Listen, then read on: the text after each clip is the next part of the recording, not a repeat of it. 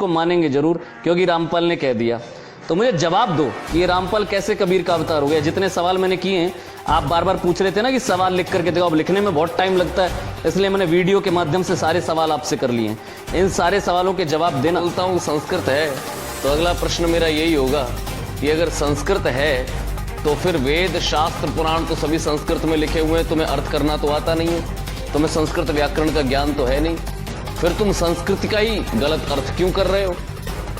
तो हमें कहते हैं आप रामपाल जी महाराज जी के शिष्य हो, आपके गुरुजी तो संस्कृत पढ़नी नहीं जानते हो, तो हिंदी भी ठीक से पढ़नी नहीं जानते। मैं संत रामपाल जी महाराज जी का शिष्य हूँ, उनका एक बालक हूँ। इस संस्कृत के विद्वान की 4 गलतियाँ निकाल के दिखाऊंगा, 4 जगह गलती है।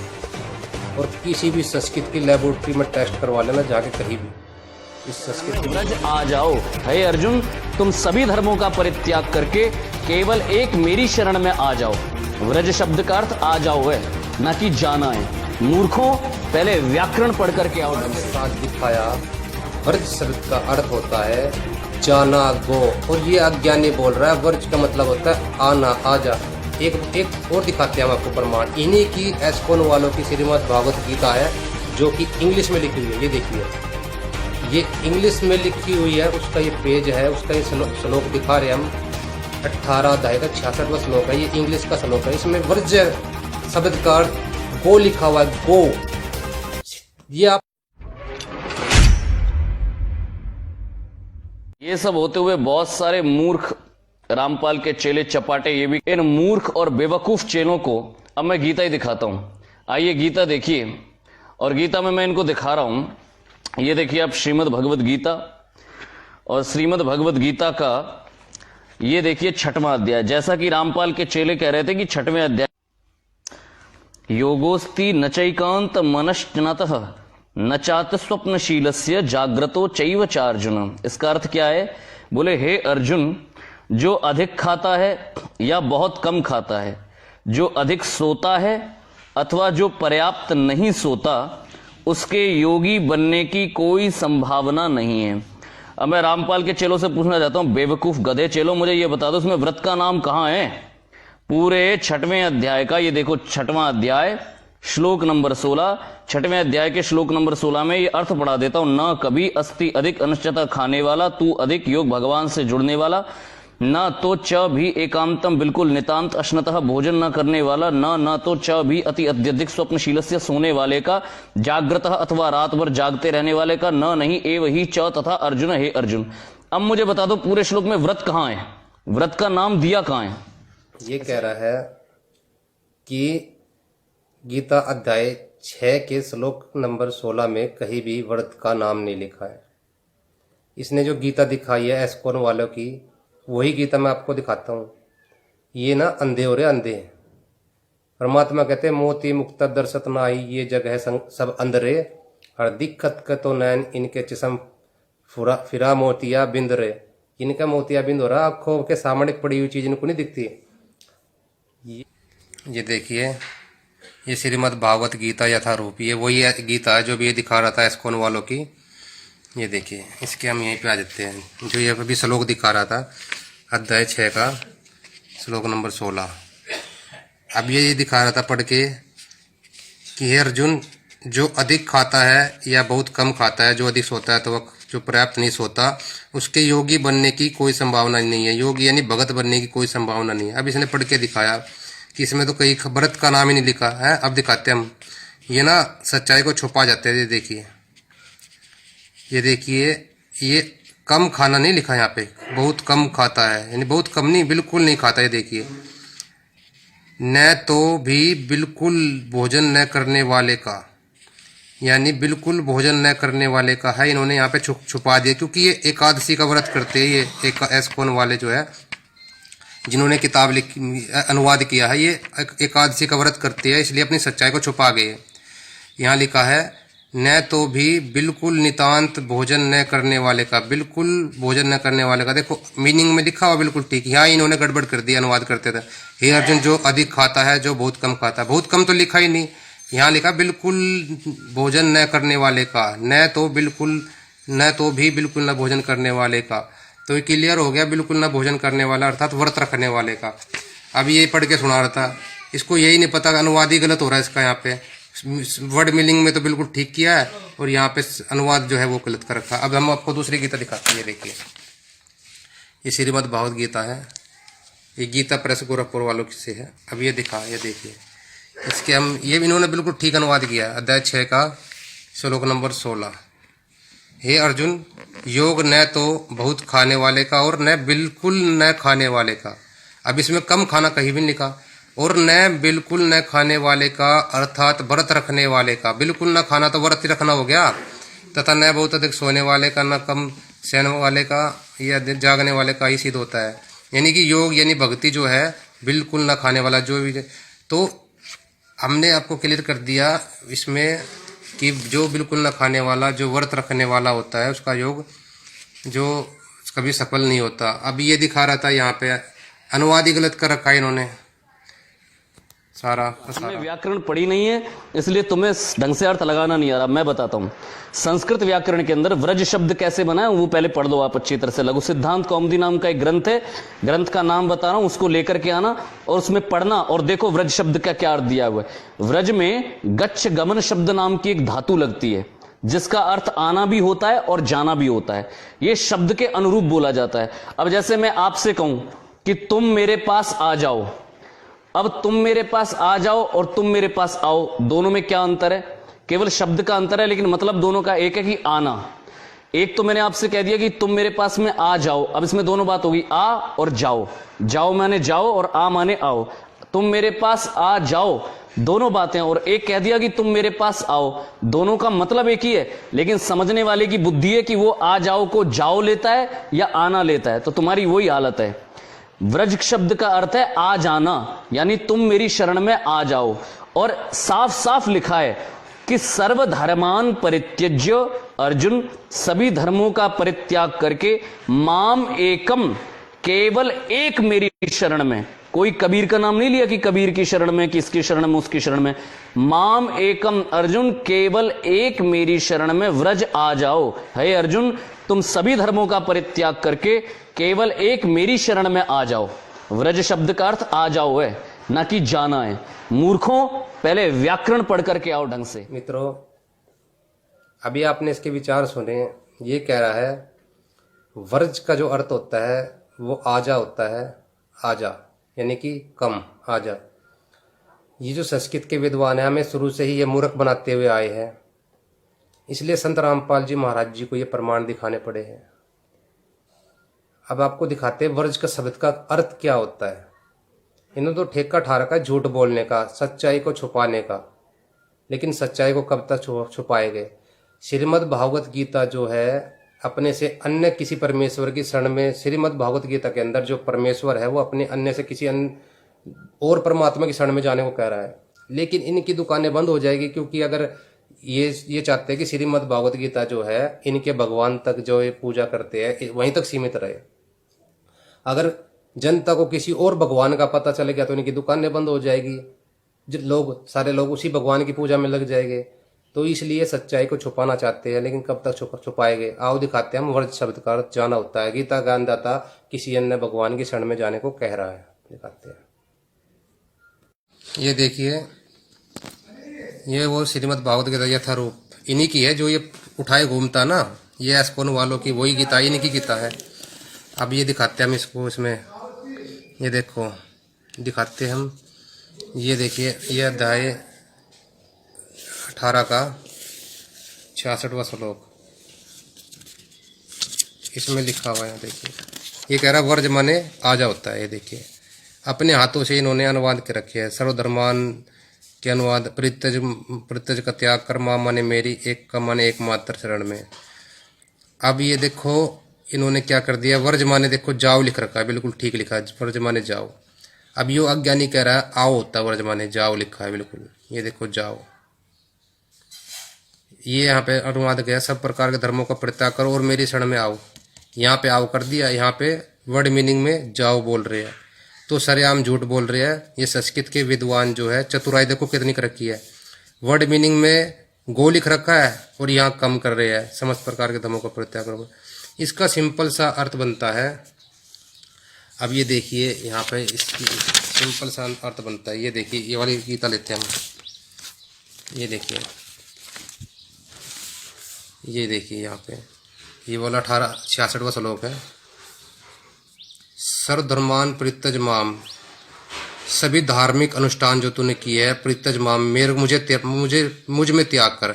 एकम शरणम वर्ज, एकम यानी जिसके बराबर दूसरा कोई ना, उसकी शरण में जा। वर्ज माने जाना। अहम तवा सर्व पाप्यभ्याम मोक्षामि, मैं तुझे सब पापों से मुक्त कर दूंगा, मासूद शोक मत कर। ये बिल्कुल सिंपल सा ही अर्थ बन रहा है और इन अज्ञानियों ने इसका कितना बड़ा वो कर दिया। ये देखिए मित्रों, अभी हमने आपको प्रमाण के साथ दिखाया वर्ज शब्द का अर्थ होता है जाना, गो। और ये अज्ञानी बोल रहा है वर्ज का मतलब होता है आना, आजा। एक और दिखाते हैं हम आपको प्रमाण। इन्हीं की एस्कोन वालों की श्रीमद् भागवत गीता है जो कि इंग्लिश में लिखी हुई है। ये देखिए, ये इंग्लिश में लिखी हुई है, उसका ये पेज है, उसका ये श्लोक दिखा रहे हैं हम। 18 अध्याय का 66वां श्लोक है। ये इंग्लिश का श्लोक है। इसमें वर्ज शब्द का अर्थ गो लिखा हुआ है, गो। ये आप पढ़ सकते हो, इंग्लिश जानते हो। ये देखिए, वर्ज का शब्द का अर्थ गो लिखा हुआ है। और ये इन एस्कोन वालों ने ट्रांसलेट करते समय कहीं भी गो नहीं लिखा, गो को हटा दिया, गो यूज ही नहीं किया, क्योंकि इन शब्दों से इनकी पोल खुलती है। इन्होंने गो को यूज ही नहीं किया। तो देख मित्रों, हमने आपकी ये गलती भी दिखाई, व्रज का मतलब जाना होता है, आना नहीं होता। ये अज्ञानी झूठ बोल रहे हैं।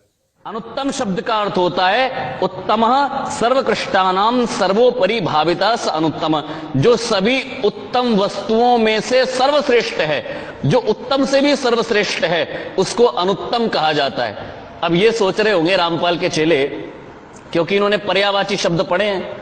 अब जैसे पर्यायवाची शब्द में सुख का उल्टा दुख होता है, बुरे का उल्टा अच्छा होता है, ऐसे इन्होंने सोच लिया उत्तम है तो उत्तम का उल्टा अनुत्तम ही होगा। पर ये बेवकूफ ये नहीं जानते कि संस्कृत व्याकरण में अनुत्तम शब्द का अर्थ सर्वश्रेष्ठ है। ये कोई पर्यायवाची शब्द नहीं है अनुत्तम। तुम कहीं भी पर्यायवाची शब्द पढ़ करके देखना, उत्तम का पर्यायवाची कहीं भी तुम्हें अनुत्तम मिलेगा ही नहीं। पढ़ करके देखो, हिंदी की डिक्शनरी उठा करके देखो। और सबसे बड़ी बात आपको बता रहा हूं, गूगल में सर्च करके देखो। आप गूगल में आप डिक्शनरी में सर्च करके देखो कि उत्तम का पर्यायवाची शब्द क्या है। मित्रों, अभी आपने यशराज जी के विचार सुने। ये बोल रहा है कि अनुत्तमाम का अर्थ होता है, अनुत्तम का अर्थ होता है सर्वश्रेष्ठ, जिससे श्रेष्ठ कोई ना हो, बेस्ट। इन लोगों ने हमें ना एक नंबर का मूर्ख मान रखा है। इन संस्कृत के विद्वानों ने हमें आज भी अनपढ़ गवार समझ रखा है। ये सोच रहे हैं हमें कुछ नहीं पता, हम बिल्कुल जीरो है। लेकिन दया हुई सतगुरु रामपाल जी महाराज जी की, जिन्होंने हमें जगा दिया, हमें सियाणे बना दिया। इन अज्ञानियों की, इन संस्कृत के विद्वानों की हम पालिश उतार सकते हैं। हम इनके अज्ञान की खाल उतार सकते हैं। हम संत रामपाल जी महाराज जी के शिष्य हैं। ये कह रहा अनुत्तम शब्द का अर्थ। हम आपको अनुत्तम शब्द का अर्थ एक संस्कृत के विद्वान जो शंकराचार्य मानते हैं, अपने जो शंकराचार्य है, उनसे सुनवाते हैं अनुत्तम शब्द का अर्थ क्या होता है। सुनिए। जो उत्तम का, जो उत्तम है वो तो हमेशा सत्य चरित्र वाला होता है, सत्य चरित्र वाला होता है। अनुत्तम जो है उससे विपरीत होता है, जिसका चरित्र सही नहीं। मित्रों, अभी आपने शंकराचार्य जी के मुख से सुना अनुत्तम का अर्थ होता है जो उत्तम ना हो, यानी कि उत्तम का अर्थ श्रेष्ठ, अनुत्तम का अर्थ उसके विपरीत, यानी कि घटिया, बैड। हम ये कह रहे हैं कि गूगल पे सर्च करके देख लो। हम आपको गूगल पे सर्च करके दिखाते हैं अनुत्तम शब्द का अर्थ क्या होता है। ये देखिए कि गूगल पे सर्च करके देख सकते हैं आप अनुत्तम शब्द का अर्थ। तो आइए हम आपको गूगल पे सर्च करके दिखाते हैं अनुत्तम शब्द का क्या अर्थ होता है। देखिए,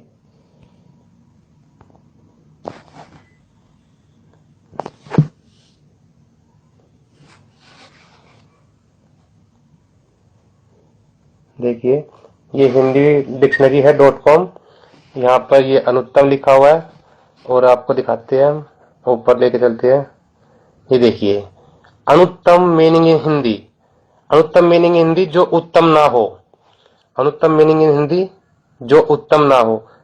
यानी कि अनुत्तम का मतलब जो होता है जो उत्तम ना हो, जैसे कि यशराज जी ने कहा कि अनुत्तम का मतलब होता है सर्वश्रेष्ठ, सबसे उत्तम। मित्रों आइए अब क्लियर करते हैं कि गीता ज्ञानदाता ने अध्याय 7 के 18वें श्लोक में अपनी भक्ति को, अपनी पूजा को अनुत्तम क्यों कहा है। आइए अब सिद्ध करते हैं।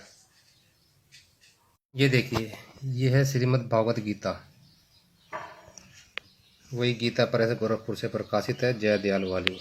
ये मार्केट से आप ले सकते हो। ये देखिए, इसके अध्याय नंबर 7 में ये वाला श्लोक है, 18वां श्लोक है।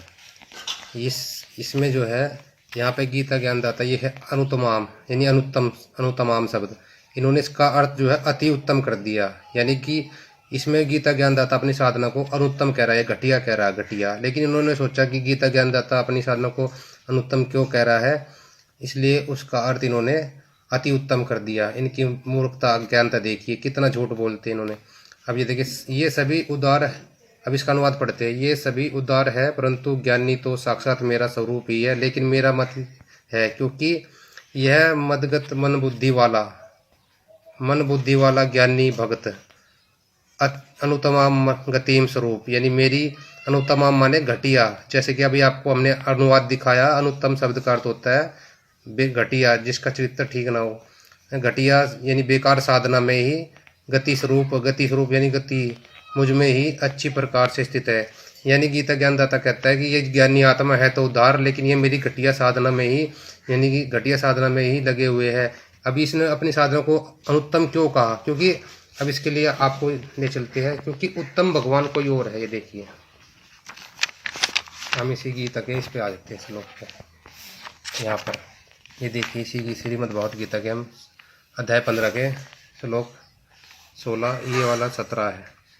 इसमें लिखा उत्तम पुरुष तो अन्य है ही परमात्मा इति उदारते, यानी उत्तम भगवान तो कोई अन्य ही है। जब उत्तम भगवान कोई अन्य है तो सिंपल सी भाषा, उसकी भक्ति भी उत्तम ही होगी। तो ये गीता ज्ञानदाता तो अनुत्तम साबित हो गया ना, जब उत्तम परमात्मा कोई और है, परमात्मा इति उदारते। इसका अनुवाद यहाँ पे पढ़ लेते हैं। उत्तम पुरुष यानी उत्तम पुरुष माने परमात्मा। उत्तम पुरुष तो अन्य ही है, जो तीनों लोकों में प्रवेश करके सबका धारण पोषण करता है। अविनाशी परमेश्वर परमात्मा इस प्रकार कहा जाता है।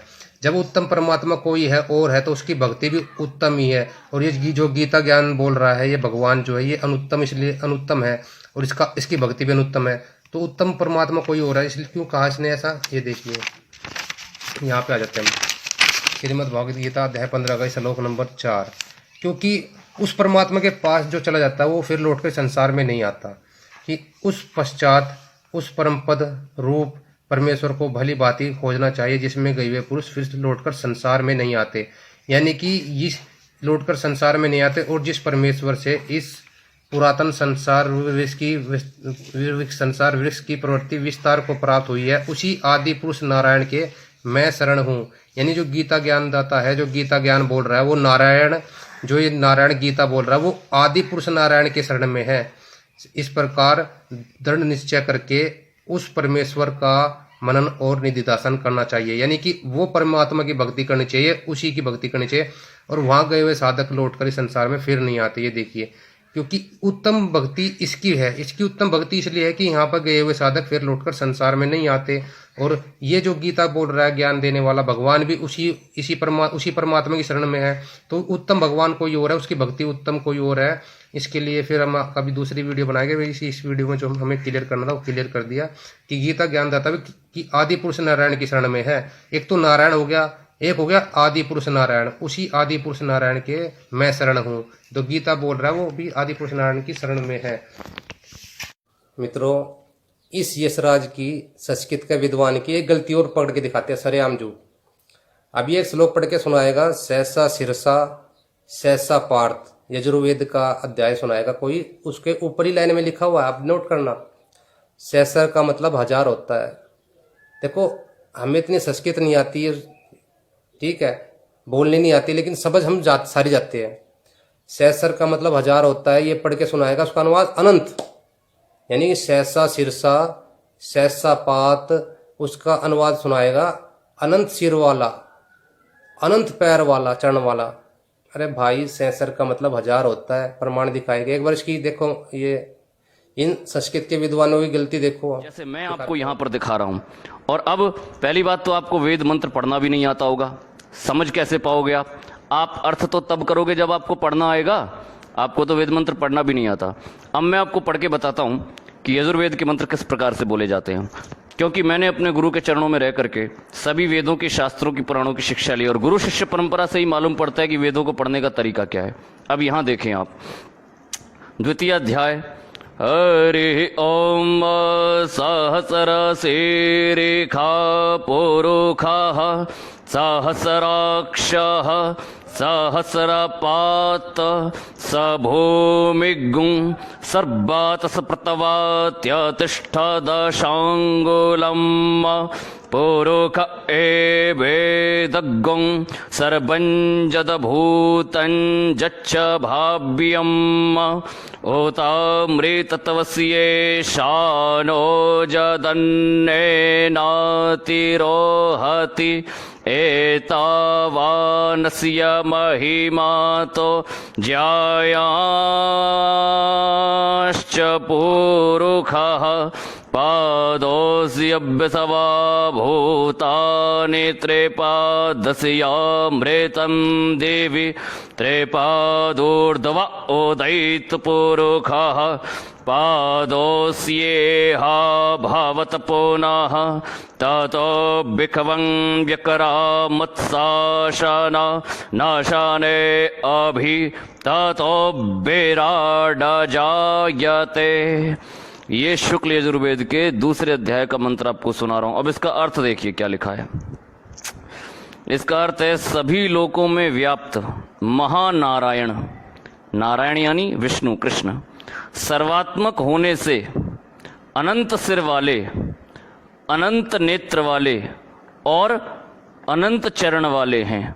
वे पांच अभी आपने देखा स्पष्ट लिखा हुआ संस्कृत में सहसा सिरसा सहसा पात, और ये अनुवाद करके सुना रहा है अज्ञानी। एक अज्ञानी जिसने अनुवाद किया वो भी अज्ञानी है। अनंत सिर वाला, अनंत पैर वाला। भाई सहस्र का मतलब हजार होता है। एक हजार भुजा के भगवान को, हजार सिर वाले भगवान को, हजार पैर वाले को तू अनंत भुजा का कैसे बना देगा? धक्के से ही बना देगा। अबे मूर्ख इंसान, थोड़ा दिमाग लगा। तू क्या कर रहा है? 1000 वाट के बल्ब को तू सूर्य घोषित करने की कोशिश कर रहा है। यानी कि 1000 वाट का बल्ब है, उसको तू सूर्य बना देगा। 1000 पैर वाला, 1000 आंखें वाला, 1000 सिर वाले भगवान को तू अनंत भुजा वाला कैसे लिख रहा है? हम आपको दिखाते हैं सहस्र का अर्थ 1000 होता है। ये 1000 भुजा के भगवानों की भक्ति करते हैं। अनंत भुजा वाले भगवान का तो ज्ञान ही नहीं इनको। ये देखिए श्रीमद् भागवत गीता यथारूप, ये इन्हीं एस्कोन वालों की है। ये देखिए, यही दिखाता बार बार गीता। ये इसमें हम दिखाते हैं आपको, इसके इस पे ले जाते थे। ये अध्याय 11 का श्लोक है 46। ये देखो, सहस्र बाहु, सहस्र बाहु यानी 1000 भुजा वाले। बाहु का मतलब भुजा वाले, और सहस्र माने 1000। सहस्र का अर्थ 1000। अब ये अज्ञानी पढ़ के सुना रहा है सहस्र का अर्थ अनंत। अबे मूर्ख इंसान। मित्रों, हमने प्रमाण सहित इस यशराज संस्कृत के विद्वान की 4 गलतियां निकाल के दिखा दी। आप किसी भी लेबोरेटरी में कहीं टेस्ट करवा लेना इस गलतियों का। हमें संस्कृत भले ना आते, लेकिन अंग्रेजों की, इनकी अंग्रेजी हम जानते हैं, इनकी संस्कृत पढ़ सकते हैं। अब ये संस्कृत बोलता है, आम समाज के लोग सोचते हैं जब संस्कृत बोलता है, वाह वाह वाह क्या संस्कृत बोल रहा है। जब ये संस्कृत बोलता ना, लोग ना इसके ऊपर कट के मर जाए, इतने मधुर आवाज में संस्कृत बोलता है। लेकिन ये 1 नंबर का अज्ञानी है। इसको खक नहीं पता शास्त्रों का, इसको अनुवाद ही नहीं पता। अरे भाई, सहस्र का मतलब 1000 होता है। ये तू 1000 भुजा वाले भगवान की भक्ति कर रहा है, और तू अनंत भुजा वाला बता रहा उसको। यानी 1000 वाट के बल्ब को तू वो सूर्य घोषित करने पे लगा। अरे भाई, अनंत भुजा वाला भगवान का तुम्हें ज्ञान ही ना है। वही तो बताने के लिए, हम आपसे बताने के लिए संत रामपाल जी महाराज चिल्ला रहे हैं। संत रामपाल जी महाराज बार बार बता रहे हैं, भाई इस 1000 भुजा वाले भगवान से भी ऊपर एक भगवान और है, अनंत भुजा वाला। उसकी तरफ ध्यान दे लो, वो सारे पापों को काटने वाला है, वो विनाश करने वाला है। संत रामपाल जी महाराज चिल्ला चिल्ला के चले गए, लेकिन इन अज्ञानों की दुकान बंद ना हो जाए, उनको जेल में डलवा दिया इन लोगों ने। लेकिन कब तक? संत रामपाल जी महाराज जेल में चले गए, लेकिन अपने जैसे अपने बच्चे छोड़ गए। वो तो समुद्र है, हम तो उस समुद्र की एक छोटी सी बूंद बूंद समझ लो। संत रामपाल जी महाराज समुद्र है, हम उस समुद्र की एक छोटी सी बूंद है। लेकिन इन धर्मगुरुओं की के लिए काफी है हम एक बूंदी। इनके इस अज्ञान को बहा ले जाएंगे। सत्य साहिब जय बंदी छोड़ के।